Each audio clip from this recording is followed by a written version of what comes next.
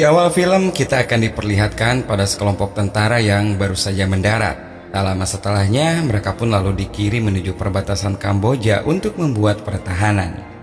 Jarak yang lumayan jauh membuat mereka harus melewati jalanan pegunungan terjal hingga menyisir rapatnya hutan belantara.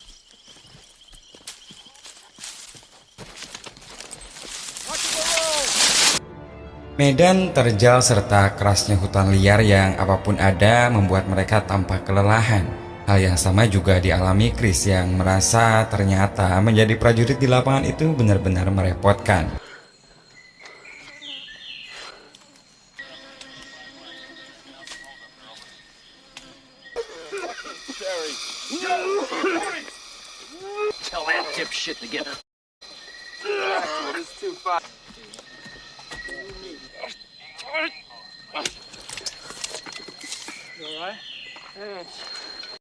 Just a little. Don't drink too much. Look, I don't want you drinking it.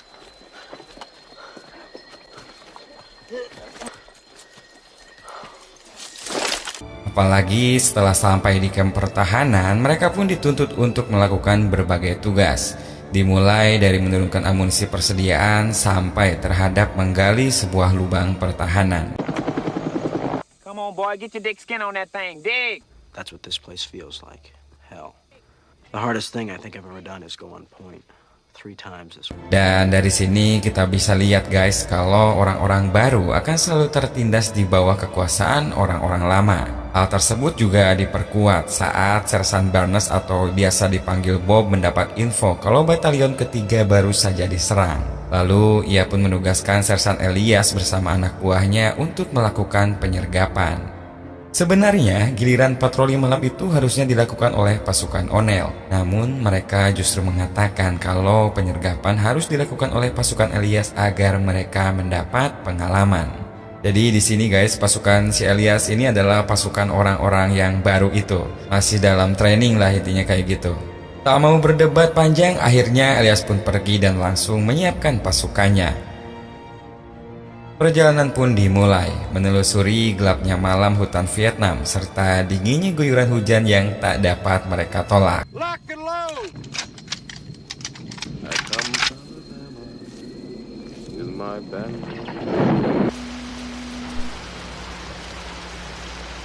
Mereka pun tampak hati-hati memastikan keadaan sekitar dan yang paling penting memastikan keadaan jalan yang bebas dari ranjau. Di suatu tempat mereka akhirnya memilih untuk beristirahat dan bergantian berjaga. Sampai di jam 2:30 pagi tiba-tiba Chris terbangun karena gigitan semut. Dan saat itu juga ternyata tidak jauh darinya beberapa tentara Vietnam sedang menuju ke arahnya. Posisi senjata sayangnya jauh dari jangkauan, sedangkan semua teman-temannya terlihat lagi mimpi indah.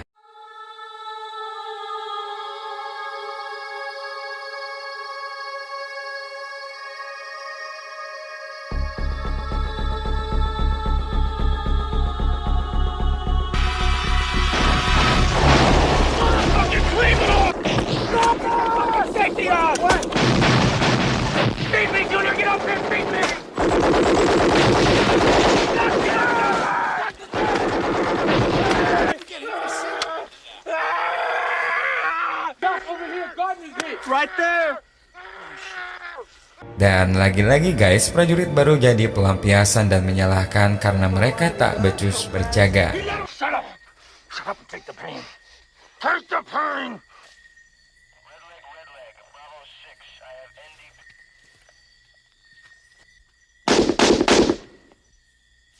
Don't give me that morbid bullshit. About to get out of here. Setelah semua kembali lagi ke markas, suatu ketika Chris dan King dipanggil oleh O'Neill untuk kembali melakukan tugas untuk membersihkan toilet umum. Sambil menggerutu karena merasa dikerjai, mereka pun kemudian berbincang dan menanyakan mengenai alasan Chris ikut bergabung ke infanteri. Padahal ya nyatanya mereka yakin kalau si Chris ini bukan dari kalangan orang miskin seperti yang lainnya. Chris pun akhirnya menuturkan kalau dirinya bergabung secara sukarela karena merasa bahwa bukan orang kalangan bawah saja yang harus ikut berperang.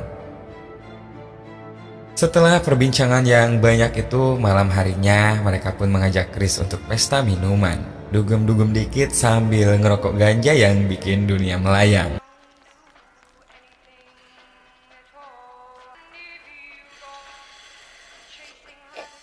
Setelah peristiwa itu, mereka pun tampak melakukan rutinitas seperti biasanya. Dan di bulan selanjutnya, mereka kembali dikirim pada sebuah misi patroli di perbatasan Kamboja. Dalam perjalanan itu, mereka kemudian menemukan banyak bunker yang diyakini sebagai persembunyian tentara-tentara Vietnam. Mereka pun mulai menyelidiki semua bunker yang ada, termasuk area sekitarnya. Dalam penyelidikan itu, Elias menemukan sebuah ruangan yang menyerupai tempat tinggal, bahkan ada pula ruang pengobatan. Dan tak lama setelahnya, ternyata Elias juga melihat kalau ada orang lain di dalam bunker tersebut.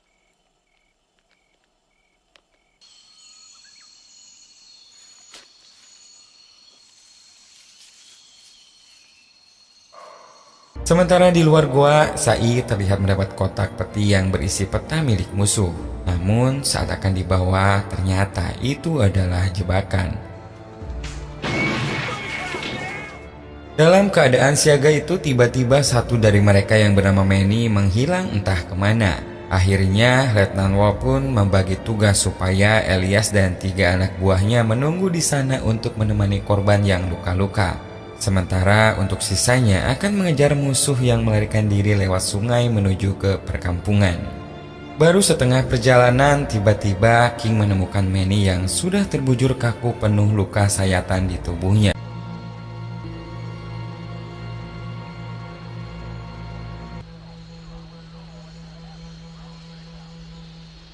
Mother.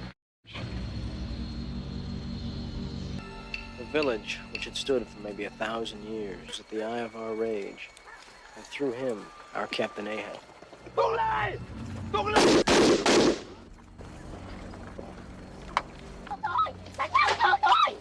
Get that stupid look off your face! Why do you get the name of Hoosiers, Carol? Right on the right.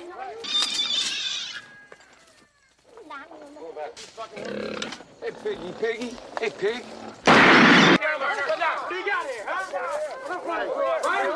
Masih dengan amarah, mereka pun melanjutkan dengan melakukan penggerebekan dari rumah ke rumah. Bertindak sesuka hati, bahkan tidak jarang melakukan kekerasan kepada setiap orang yang ada di sana. Come on! Give me your Willie Pete!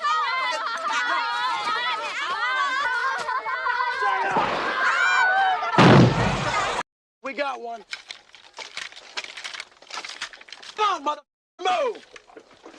Watch this. Dan tak lama kemudian mereka pun akhirnya menemukan kumpulan senjata yang disembunyikan oleh para penduduk. Mengetahui hal itu, tentu saja Bob emosi, bahkan merasa kalau penduduk di sana telah berkomplot dengan tentara Vietnam. Ketika ia bertanya kepada salah satu penduduk, si penduduk pun menjawab kalau semua senjata itu bukanlah milik mereka. Semua itu dititipkan oleh tentara Vietnam dengan paksa, jadi mereka pun gak bisa menolaknya. Bob tentu saja tidak percaya. Selanjutnya ia pun melakukan kekerasan dengan mengancam membunuh salah seorang anak supaya mereka mengaku.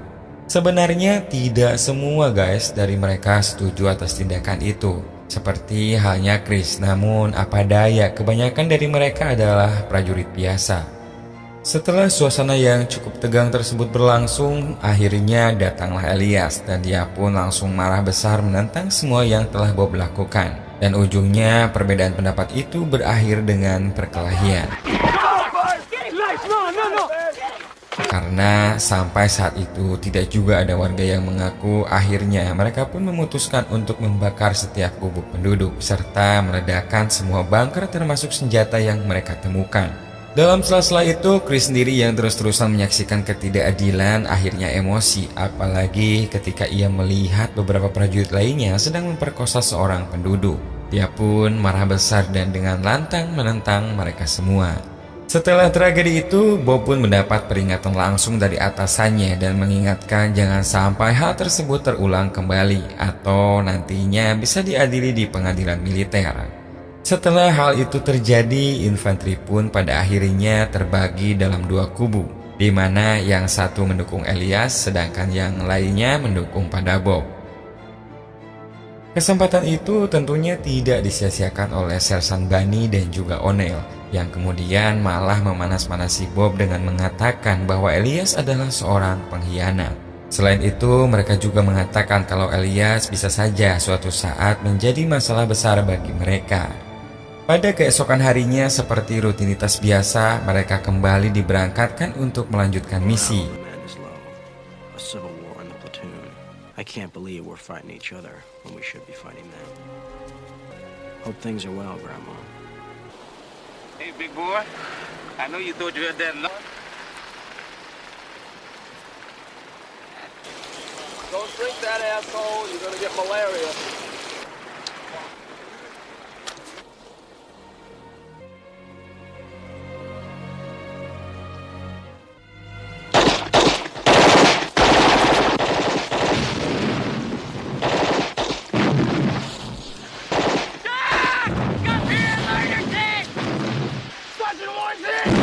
I got RPGs, man. It's an ambush. They were just waiting for us here. I'm telling you, asshole. Get the fire.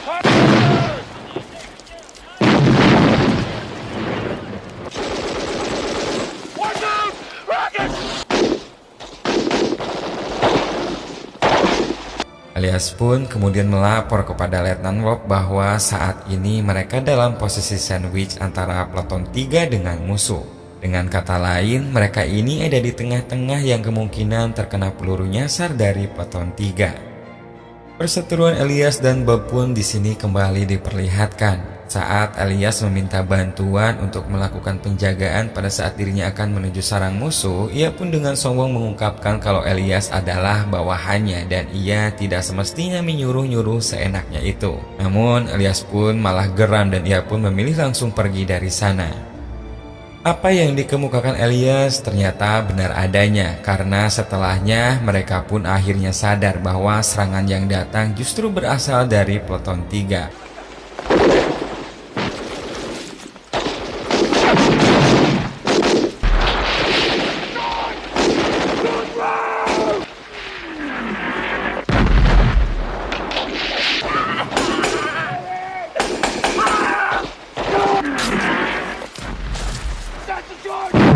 Bob pun yang akhirnya juga sadar akan hal itu langsung saja ngambek dan menjitak Doc anak buahnya karena salah dalam memperkirakan koordinat sasaran.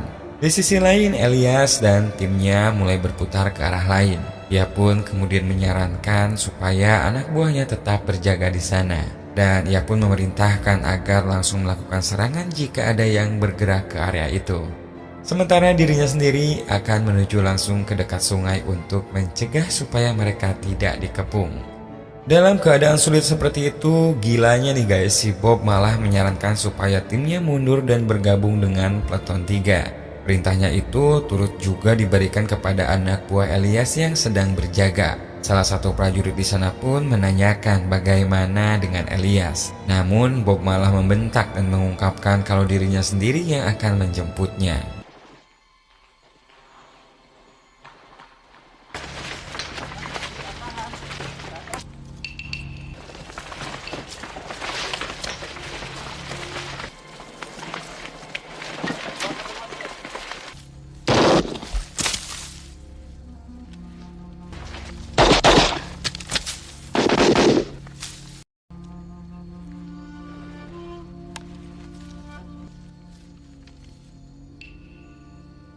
Elias sebenarnya sangat senang karena ia akhirnya mendapat bantuan datang.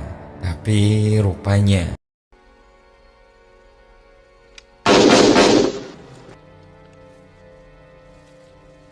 Chris sendiri yang saat itu akan menyusul Elias terpaksa harus mundur kembali karena Bob mengatakan kalau Elias telah mati oleh musuh. Ditambah lagi menurutnya kalau tidak mundur sekarang juga maka musuh akan semakin mendekat. Tak lama setelahnya, pihak penyelamat pun datang dan mulai mengangkut satu persatu korban dari sana. Selepas semua prajurit berhasil naik ke heli, tiba-tiba saja Chris melihat Elias masih hidup dan berada dalam pengejaran pihak musuh. Chris yang sadar ia telah dibohongi lantas memberitahukan hal itu pada yang lainnya. Pihak penyelamat sendiri yang sadar ada satu anggotanya yang tertinggal akhirnya memutuskan kembali dan berusaha menolong semampunya. Namun sangat terlambat karena musuh yang datang pun sangat banyak hingga Elias pun tak mungkin bisa mereka selamatkan. Dan akhirnya hal yang tak diinginkan pun terjadi. Elias pun gugur sebagai seorang pejuang sejati. Dengan emosinya, Chris lantas memberitahukan hal tersebut pada teman-temannya. Namun teman-temannya sendiri kurang mempercayai karena tidak adanya bukti dan malah memilih menyerahkan semuanya pada pengadilan militer. Menyadari respon yang kurang baik itu, Chris tentu saja marah karena menurutnya semua petinggi di sana adalah pembohong dan pengecut. Saat sedang dibicarakan itu, ternyata Bob datang guys, dan ia kemudian menjelaskan kalau Elias adalah seorang yang sok suci. Selain itu, ia juga menantang kepada mereka semua yang ada di sana kalau ingin balas dendam, sekaranglah waktunya. Mendengar Bob yang terus ngoceh, akhirnya Chris terpancing dan langsung membenturkan kepala Bob ke tiang. Namun karena kurang pengalaman, ia akhirnya kalah dan hampir saja terbunuh karena tiba-tiba Bob mengeluarkan pisau. Untung saja salah seorang di sana mengingatkan kalau sampai Bob melakukannya, maka ia akan dipenjara selama 10 tahun. Keesokan harinya, mereka kembali dikirim ke suatu tempat untuk bergabung dengan beberapa batalion yang sudah ada. Karena menurut informasi dari beberapa tawanan, tentara Vietnam akan melakukan serangan langsung dengan mengerahkan semua pasukannya. Hal itu semakin jelas guys ketika kamp pertahanan Alpha mulai ditembus dan berhasil dikalahkan Vietnam. Selagi mereka semua berbagi tugas untuk menempati lubang pertahanan, King yang sedang berbincang dengan Chris mendapat pemberitahuan kalau waktu kepulangannya telah tiba. King pun tentu saja sangat senang dan ia pun langsung bersiap-siap untuk naik ke helikopter yang siap berangkat. Tidak jauh dari sana, ternyata pasukan Vietnam semakin mendekat. Mereka pun mulai berdatangan dari berbagai sisi.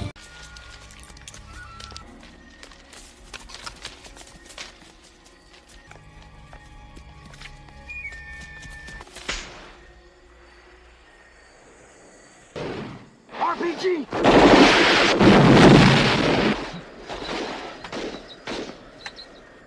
Stay here. Stay cool. I'll be right back.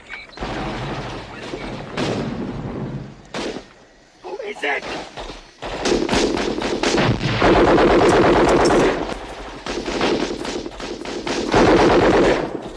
Now hold it. Hold it.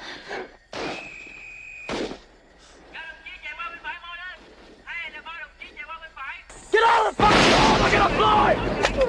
Let's go!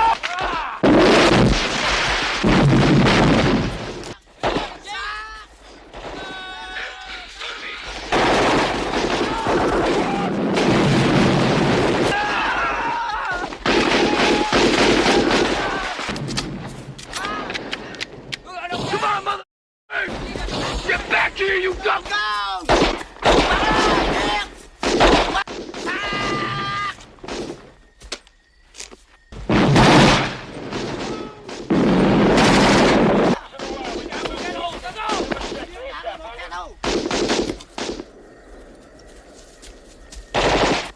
Report 10 hand and perimeter store. 3 holes are down. They need help. Waktu pun terus berjalan dan serangan musuh semakin mengganas sampai tidak terhitung jumlahnya. Bahkan dengan gampangnya mereka pun berhasil menerobos salah satu pusat komunikasi dan langsung meledakkannya. Karena merasa tak ada lagi kesempatan, sang kapten batalion pun akhirnya memutuskan untuk mengambil langkah bunuh diri. Ia pun lalu menelpon dengan memberikan perintah langsung agar pasukan udara menjatuhkan semua amunisinya ke arah peperangan.